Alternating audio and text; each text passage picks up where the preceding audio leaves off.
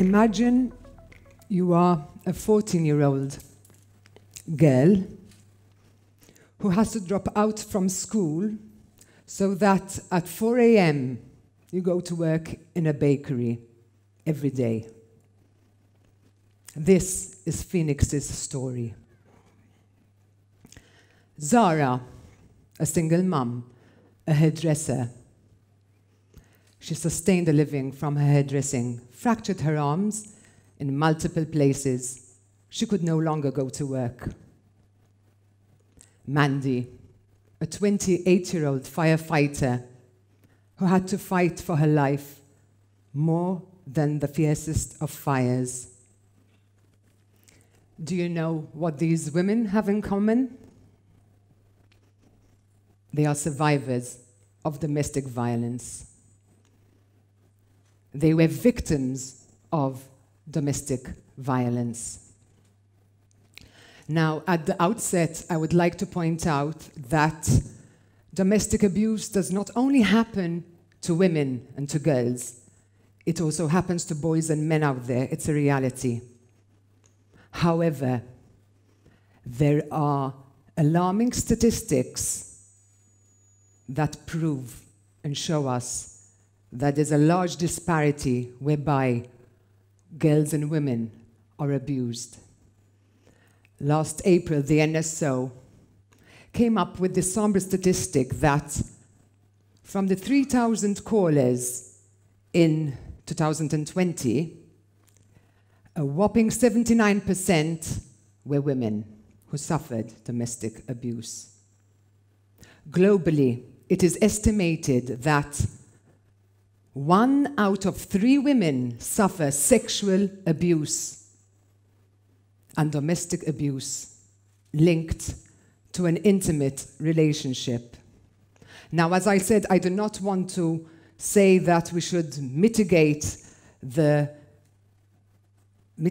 way that men and boys are treated, because if we are to champion human rights, we are to champion human rights indiscriminately, irrespective of gender, male, female, irrespective of sexual orientation.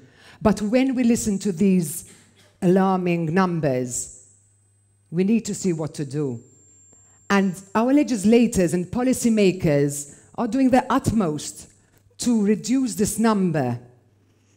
And through the Istanbul Convention, we have our member states trying to put forward various laws whereby on a community level, on a national level, we try to cushion this blow.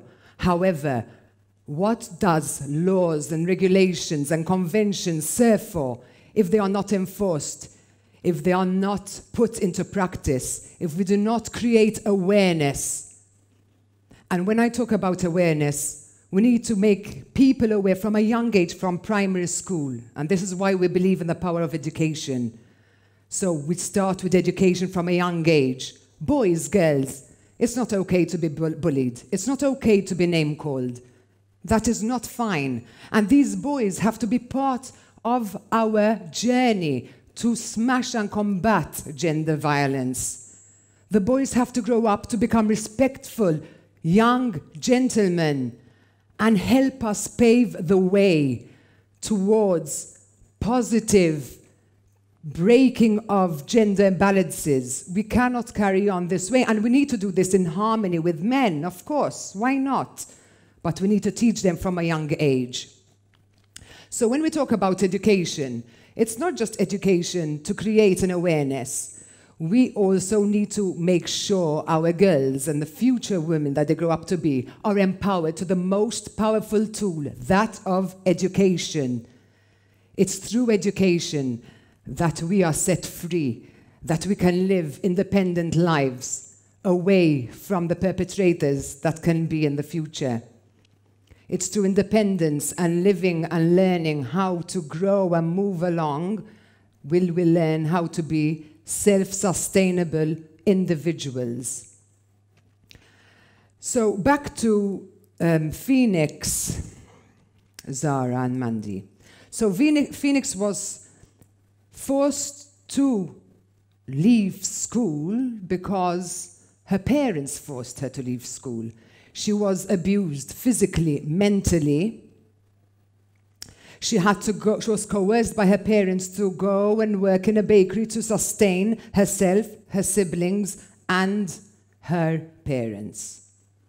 Fast forward 5 years, Phoenix came to FIDEM Foundation. She came to our services. We supported her through mentoring, psychological assistance, and most importantly, finance for her education. Today, Phoenix is at sixth form, second year sixth form, preparing for her A-levels. Phoenix's dream is to become a child advocate. Her dream is to go to university next year and obtain a degree.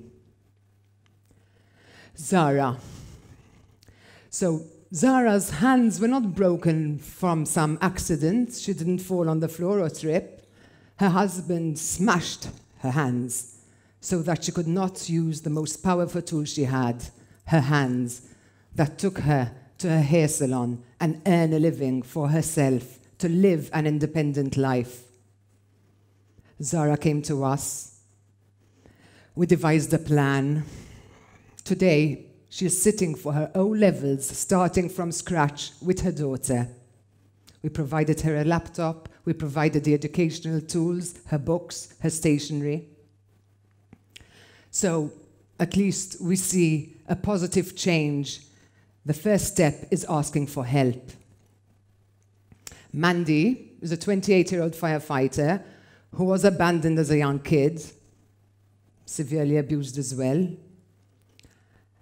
She entered the firefighting world, but today realizes that she wants to climb up the career ladder. She wants to improve herself through her career.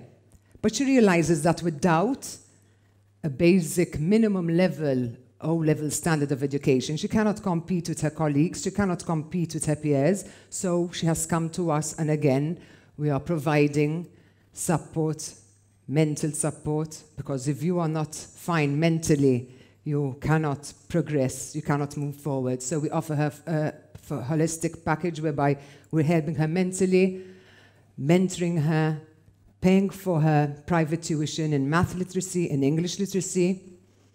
She would like to sit for her O-levels. It's tough, but we will get there. Like we have got there with another dozens, 50 or so at the moment we are, women who come to us to seek our support. Because we believe that it's through education, the transformative power of education, we can empower our girls, our women. I'll never forget one day, one woman walked into my office and recounted how her husband would beat her up and rape her, day in, day out. A pillow over her face until she couldn't grasp for one breath. Many times she thought her life was going to end, until one fine day she had enough. She went to a priest, spoke to a priest, the priest referred her to me, she came to me, and after many sessions, mentoring sessions, speaking, giving legal advice, what to do, not what to do, she enrolled herself at university. Today she's in her third year university, studying and going to obtain a degree. So in all of this somber atmosphere, there's this positive thing that comes out of it all, that we empower these women, we give them a second chance to get on with their lives, to build, to pick up the broken pieces and start afresh.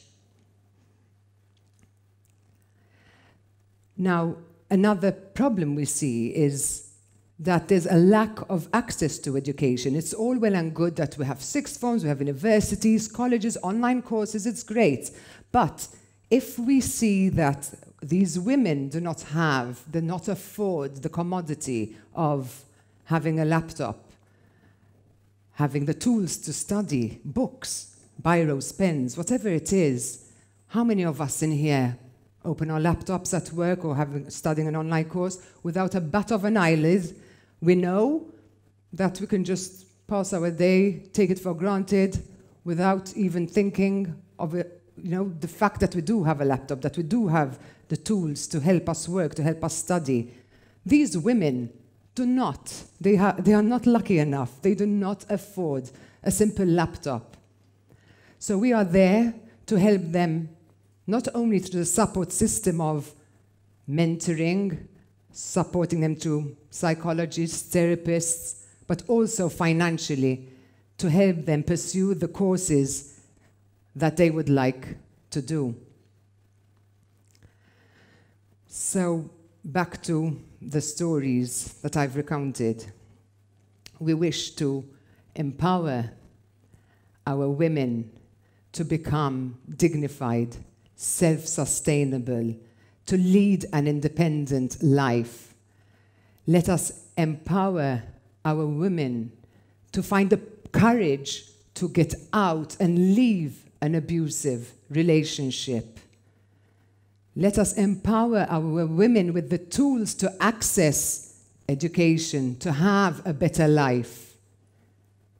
Let us women be the Wonder Women for women that are suffering abuse. Let us be the catalyst for change.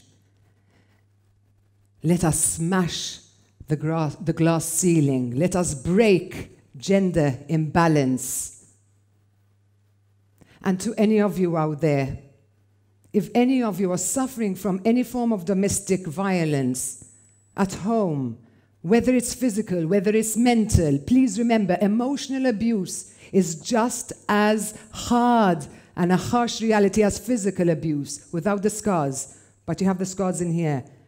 So if you need any help, we are there to help you. Today there are places. Go out, seek help. Speak to a priest, speak to a nun, speak to a friend, speak to a colleague, speak to a lawyer. Come to FIDEM.